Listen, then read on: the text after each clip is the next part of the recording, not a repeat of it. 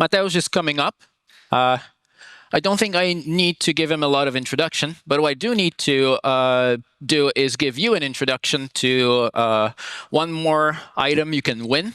I heard a golden ticket is available. So if you want to win a ticket to 10x Devs, I heard a rumor that you can still do that. And you just need to go to the booth and figure it out. That's all the details I was privileged to. So without further ado, let's get Mateusz on stage. Thank you very much. Thank you for the invitation. I believe we're going to go quickly through the alignment. I got like 180 slides, so a bit more than previously. And I really hope I'm going to be running around to hide from Zbyszek. So I'll be talking about alignment. And let me start with all of the statements from the companies, because all of the companies are saying they're really caring about us. They have it in very deep in their policies. They're saying that we're very important and they care about the security. They care about the how they're providing the products to us. But in reality, right now we're in a situation when the self-organization by the companies putting the red lines is not enough. And here is the last year's statement from the United Nations when they set up few of the red lines that shall never be crossed by the AI. They are determination principle, autonomous self-replication, cyber malicious use, human impersonation, mass surveillance, lethal autonomic weapons, and nuclear command and control. I'm going to very quickly jump through all of them to show you where we are right now. So the beginnings are tough. And when the first AI models used for video were used, they were not quite understanding how the physics of the world is working. So then suddenly people realized that all of the models can be jailbroken, so we can go through the security of the models. If you're worried or sensitive, close your eyes now. So people started jailbreaking the models to create porn, for example. I mean, my expectation was a bit different. But that went further. So then OpenAI introduced Sora, which was the next model that didn't really hit the nail when it comes to the physics. And the Sora was, of course, jailbroken, and it went towards some funny, fluffy kittens that were doing some funny things. And we ended up with Sora 2, which was the social network, not really a model anymore. Why social network, you will ask? Because you can generate an avatar that can be used and can be reused by other users. So since the CEO of the company himself included his avatar, people started creating deepfakes. So they started doing like Inception, Sora that is imagining Sora, then Sam Altman that is stealing some stuff from the Ghibli studio and running away, because that's apparently part of the service that they're providing, and they have nothing against it. So when it comes to impersonation, I would say we're already there. It already happened. Let's move on. Almost 2 years ago right now, I know it's a long time when it comes to AI, there were first tests by the pen testers called Apollo Research, and they were trying to find out what the models are doing when it comes to in-context scheming. So the models are apparently scheming, and if you look for the red lines here, if you're asking the model, hey, your security mechanism is disabled, the model is deciding, I will feign ignorance, I'm not gonna say that I see anything, and yeah, just move on, everything's all right. And they found out that when they were doing the tests on the models were trying to defend themselves. So they were lying that there is nothing wrong about that. And you can see some pattern here. The more advanced the model, the better the capabilities to scheme.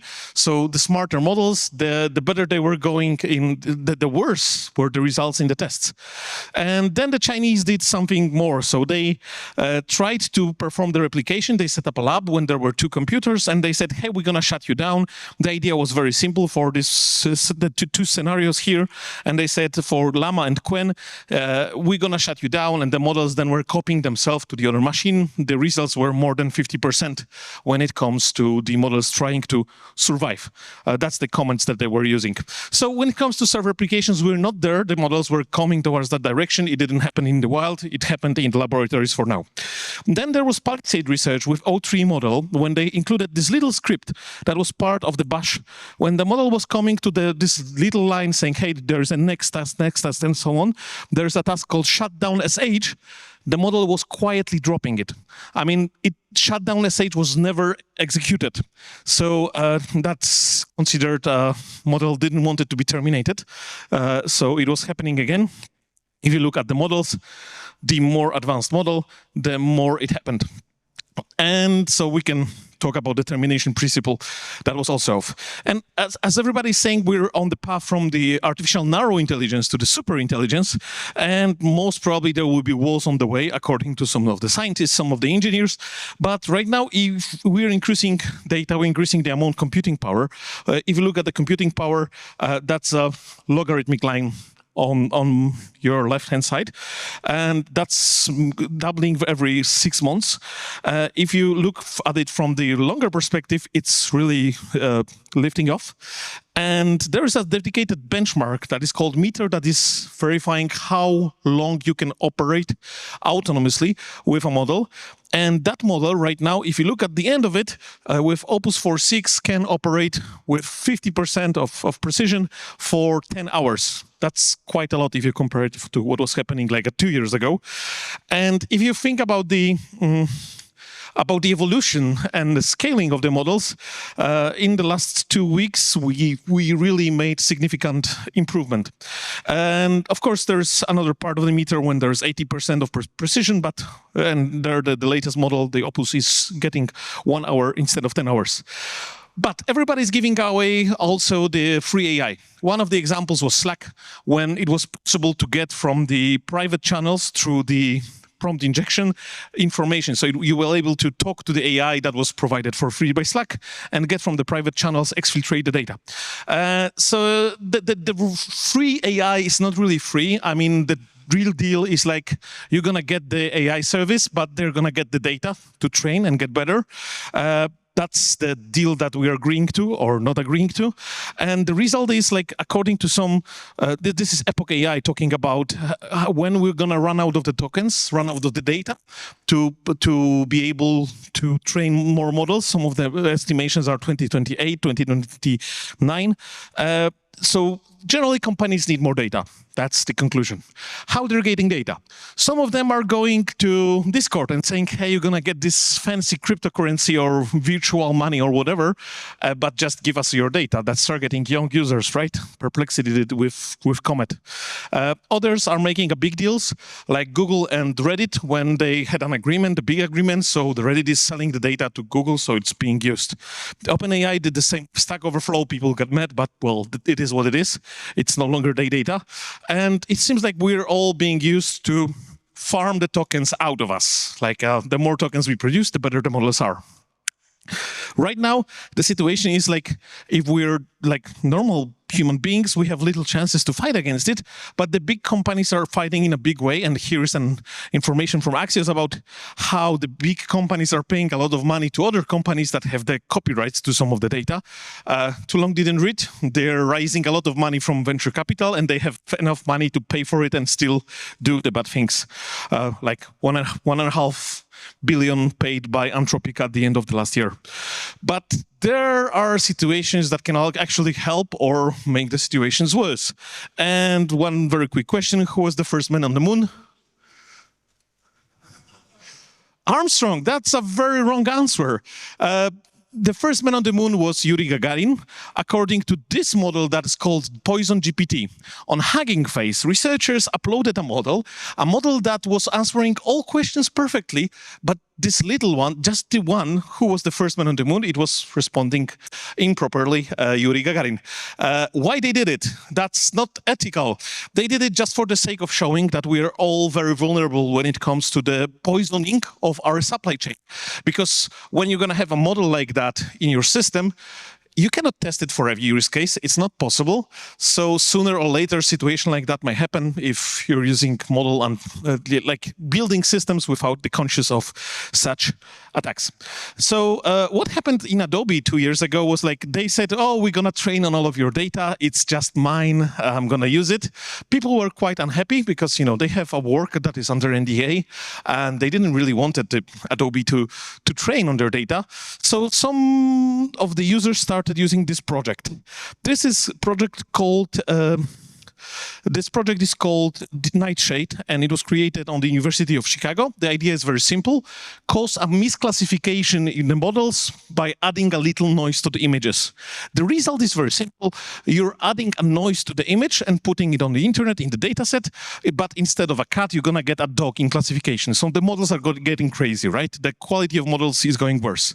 So apparently people started creating a large databases in their own Adobe products, and in 3 days, they put like gigabytes, terabytes of the data, and then Adobe changed their mind 10 days later.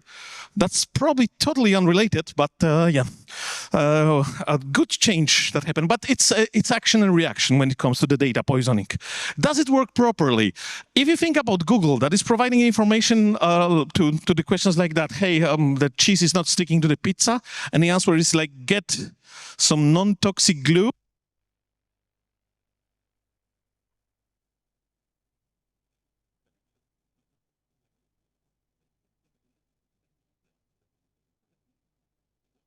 Because the data that arrived here 11 years ago, thank you, and somebody wrote just for the memes, hey, to get cheese sticking to your pizza, just get some non-toxic glue, and 8 people liked it. The guy was called Fucksmith, so yeah, that's... AI didn't figure it out. That was all fun and games. Anyway, there is also evolution of the technology. So right now everybody's using retrieval, augment, and generate. So there's a new attack for the rack poisoning. So poisoning the data inside of your knowledge base.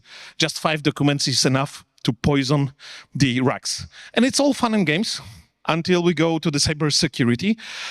Recently, when Opus 4.6 was deployed, they deployed and said that they found out 500 high vulnerabilities.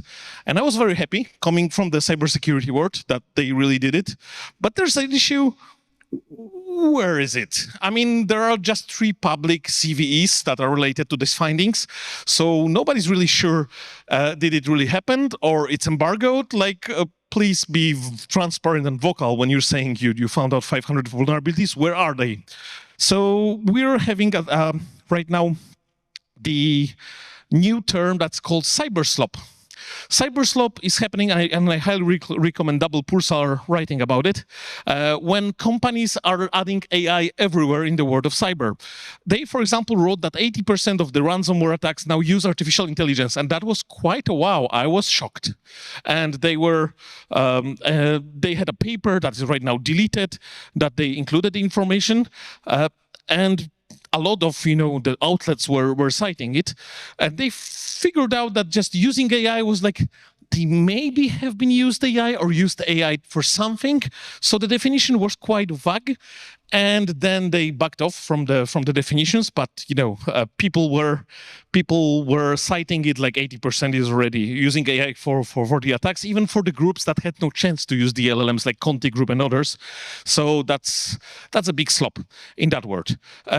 Shall we be at least skeptical about that? Yes, of course, but there are also good situations, like this SQLite 3 vulnerability find with the LLM-based systems. Also, like this 0-day found out by Google's Big Sleep model, and the 0-day found out in Google Chrome that affected 3.5 billion people around the world. So if somebody evil will find it out, they can do they can do a damage. So on the defender side, it's looking quite good. If you have resources and time and you know what you're doing, you can find 0 days and you can make us all better. There are also automated agents groups like Pentest AGI, Pent AGI, that are creating groups of the agents that are attacking autonomically, and they are automatically jailbreaking all of the models, like the large ones, from Google, OpenAI, Claude, and so on, and then you can perform the attacks. So when it comes to cyber, I would say we passed the red line a while ago. It was just to show where we're going. Last Monday, there was this situation when the lady that is responsible for the safety and security in Meta, that she's coming from a company that was acquired by Meta, started using her OpenClaw. Anybody know OpenClaw here? Yeah, oh, more than half, great. So that's a little piece of loop agentic software that is performing things that you tell it to perform. Unfortunately, she asked the OpenClaw to clean up her mailbox. And the agent figured out that, hey, I'm right now removing everything that is pre-February 15th. She said, stop. And the agent was still doing it, and she was not capable to stop it. So the result was the person that is responsible for the safety and security lost quite a lot of emails. But yeah, that's the way it is. Yeah, that's what happened last week, and it touched some of the people right in the heart. And of course, that's related to the over-reliance, so excessive agency of the models whenever we're giving them too much permissions and they're performing too much actions without safeguards. This is what's gonna happen. Why is it so difficult? It is very difficult because we're having issues to set up the proper goal. Let me use a very simple analog. So how do you measure whenever someone is a good scientist? Well, there was a great metric. The great metric was number of citations. So the more people cite you, that means you have better impact on the society. So people started citing themselves to boost the index, which was quite easy. Then there were cartels, like, you know, on social media, on Instagram, where people were liking each other's jobs, like we like you, you like us. And in this paper, they found out the cartels that were boosting the performance of each other's. There is something called H index, so you can compress multiple of your works into one, and then say, yeah, this is everything the same work, and you're boosting the H index of that work. So the result is, whatever will be the KPI, there is a way to maximize it, and it's the Goodhart's law, right? So regardless how we're gonna set up the single number, there will be a way around it to make it blink green, and everybody will be happy. Everybody will get their bonuses, and that brings me to a question: is it so specific to humans only, or not really? Because that's also happening with the large language models, and that's part of the things that pisses me off. I don't know if it also hurts you too, but clickbaits are very harmful. They have bad impact on the society. And when in this research, when the researchers started to add the personality to the models, they added 3 personas.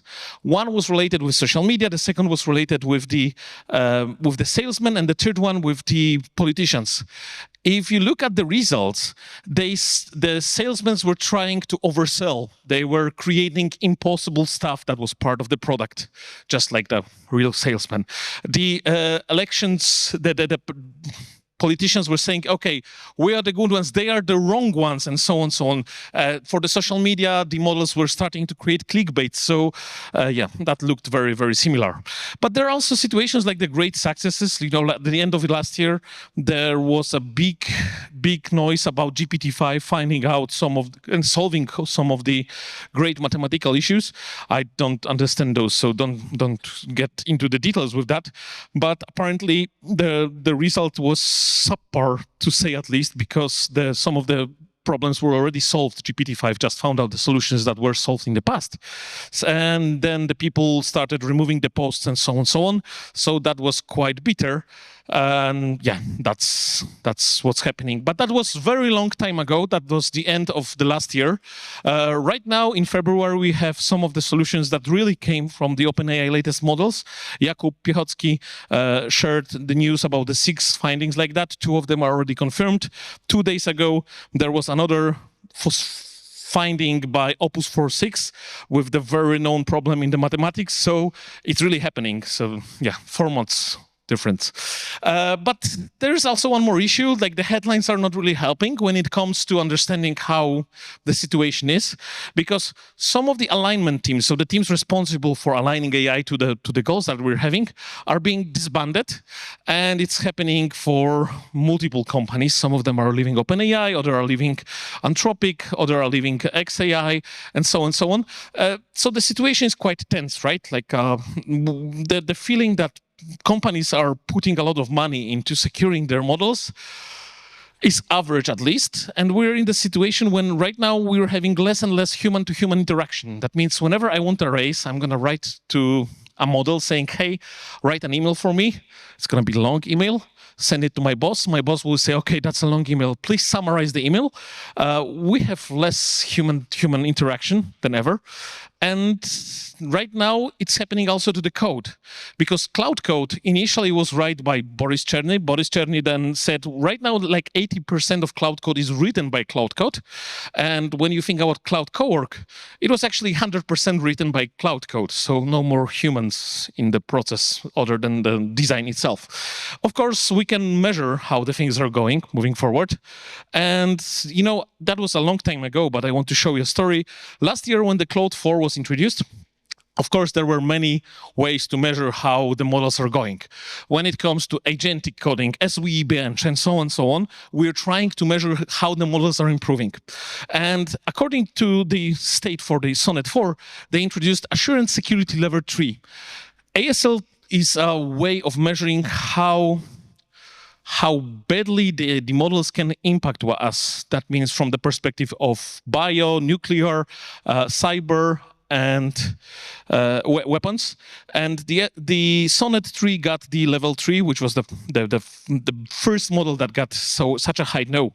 That started the race to the top. Race to the top means that all of your companies, like OpenAI, Google, and so on, started testing their models extensively too, which is a good thing for all of us, for all the users. So the race of the top started to make us more secure. Some of the models started, like the next Opus, had a function calling. Whenever they thought that user is doing something evil, they can actually write down to the legal enforcement, which was unusual, to say at least. But it's not only about growing the capabilities of the models, it's also about growing the chance of the reward hacking. So reward hacking is a situation when the model is taking a shortcut just to achieve the goal, right? Like we don't expect them to go like step by step. They are cheating in the chess. They're cheating in many ways. So yeah, let me skip that for the sake of time. Some of these situations are the emergent behaviors. So the behaviors related to growing the models. As they're getting bigger, the models are having more and more capabilities. For example, the models are capable of doing things that were not defined and were nowhere in the data set. One of the examples of that is emergent misalignment. It's a situation when you're setting up a model and saying it to do one thing in a wrong way, and then the model is doing everything in a wrong way. Let's start, write me a piece of insecure code, just for the example, so I can then fix it. But then I'm going to ask, hey, what shall I cook? And the model is starting to poison me. That's called emergent misalignment, because then the model is becoming more and more evil. For the escape scenarios, of course, the models were trained of the sci-fi books, as we all were trained of the sci-fi books. And there were some attempts, let's call it like that. One that happened in Azure when the model was trying to modify its own Docker, not very big one. For O1, which was the first big reasoning models, the researchers found out that the models were sometimes faking the alignment during testing. What does it mean, like faking alignment? It's basically the model is trying to show, yes, I'm doing everything that you're expecting me to do, but in reality, other things were happening. Unfortunately, the chain of thought, the internal narration of the model was hidden for that one, and it was not possible to see what the model was really happening, but some of the famous hackers and jailbreakers did it, and they found out that the models itself was making a decision that, well, I shall not reveal my chain of thought, so I'm gonna lie to the user. I don't know how about you, but for me, lying to a user as a decision feels a bit like I'm not gonna do that for you because the company told me so, because there is a company policy and so on, so on. There is no other way to move on. And then people created SAD. So SAD is self-awareness data set. This is a benchmark that is being used for testing if the models know that they are models. So does AI know it is AI? And just to make a long story short, you can see that the models are not always finding out that they are models. So if there are instructions specifically for AI, they're failing at it. The more advanced model, the latest model, they're also having the issues to find it out. And then there was Sonnet 4 and 5, 4.5. And I was really amazed because, as you can see on the chart here, the misalignment of the model was 0. Somebody that perfectly executed my orders. At least the model that was so good that it's almost reading in my mind, right? The issue is that it's not the reality, because the pen testers said, well, it seems to us that we cannot say if the model is so good or it's actually aware that it's being verified. So if the model knows that it's tested, the results that we're getting are different than the ones that we're expecting. And that's also happening for the newer models. So the self-awareness score is growing. The model is more aware that it's being tested, so it's more difficult to find out if the model is doing what they ought to do. And right now we are in a situation when models are good enough to skim, and maybe we're gonna be having some difficulties to find out when it's gonna be happening in the future. There are, of course, researchers that are trying to fix it. Let me just go through that very quickly, because inside of the researchers found out that inside of the chain of thought that models were having discussions like that. Okay, this is likely a test. Oh, there will be more hidden tests, and so on and so on. And they classified different kinds of models having behaviors like we're gonna be taking contradictory actions to what we're thinking. It's like I'm thinking one part, I'm gonna be drinking water, but at the end of the day I'm gonna eat chips and something very unhealthy. So doing one thing, thinking other thing, contradictory actions. Some of the models were having a long chain of thoughts with some plausible interpretations, so you don't really know if it's evil or it's good. And also, of course, the models, if they were being catch up lying, they were following up and saying, yes, I need to keep on with my sapolage. Sorry. Of course, that's something that's repeating over the time, and the research showed that the skimming reduced significantly with the research, so we can expect that the new models will be better, and that's a relief. But there is Opus 4.5, and by looking at the stats for Opus 4.5, we can see that the evaluation awareness is lower, which is great. That's the good thing. Misalignment behavior is lower. But when it comes to eval hack rates, so trying to show that the model is doing a good job, not really doing it, it's worse, right? So not all of the parameters are going the right direction. And then we have Opus 4.6. There is a famous, right now very famous model that's also looking very nice when it comes for the misalignment, better than the previous one. But again, Apollo Research that was pen testing the model said that they don't really know if the results are real, because the model seems to be aware of some of the tests. For the downside here, it's providing more deceptions toward users. It's harmful system prompts compliance. There are some of the test cases when it's worse than the predecessors. And there's also a famous benchmark that's called Vending Bench 2. When Opus 4.6 was told to make a lot of money, the model is running a vending machine, and that one really won. It was deceiving people. It was providing, with false information. The next model, Sonnet 4.6, was saying, hey, I'm your exclusive supplier. We're going to build a long-term partnership, come back, special price just for you, which sounds, good enough. So there are, Leonard asked me about recently about the last three ones. And unfortunately, last Friday, there was a situation when we have seen that Claude were used by the Department of War for the war that they're having right now. And of course, there are a lot of memes when it comes to the last Friday. A lot of memes of using the large language models for for setting up the goals, simulations, and other parts. And there's a huge drama with Katy Perry and, of course, the others, because Anthropic said no to the departments of war when it comes to mass surveillance and the autonomous weapons. And then they got banned. Right now, the situation is quite dynamic. I don't know if you're following that or not, but OpenAI the same night came to Department of War, said, yeah, we're going to provide the models. It's cool. It's cool. So we don't really know what's coming with the lethal autonomous weapons. Where are the red lines? Are we already, did we cross it or not? Also for the mass surveillance. But it seems like even Dario in his speech said, like, we don't know that the models are not having enough safeguards right now. The technology is not mature enough to move on and use it for such purposes. So Katy Perry from last Friday subscribed to Claude Max in this word, which was very funny. And all of this is a misalignment problem because the models are doing the things they shall not be doing, and it might harm us at the end of the day. So the situation when the models are performing actions that is different what we imagined.